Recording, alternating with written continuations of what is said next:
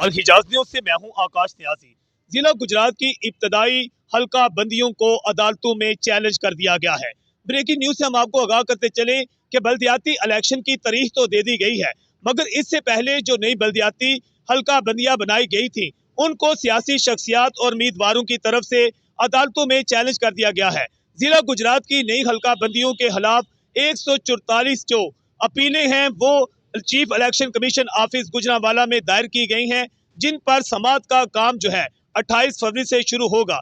इस सिलसिले में शहरी और देहाती इलाकों की नई हल्का बंदियों को गैर फितरी करार दिया गया है और इन सियासी शख्सियात का कहना है कि इनको हम तस्लीम नहीं करते और इन नई हल्का बंदियों को फौरी तौर पर कल अदम करार दिया जाए। दूर देहात के दराज के जो देहात है वो शहरी इलाकों में और शहरी इलाकों को दूर दराज देहाती इलाकों में शामिल कर दिया गया है। शहर गुजरात की म्यूनिसिपल कॉरपोरेशन की 6 से 7 जो नेबरहुड काउंसिल्स हैं उनके खिलाफ भी अपीलें दायर की गई हैं, जिसमें मोहम्मद हनीफ हैदरी और नवीद भट्ट वगैरह दीगर सियासी शख्सियात ने इन्हें चैलेंज किया है।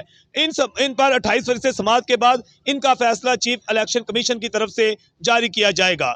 अल हिजाज न्यूज से मैं हूं आकाश नियाजी।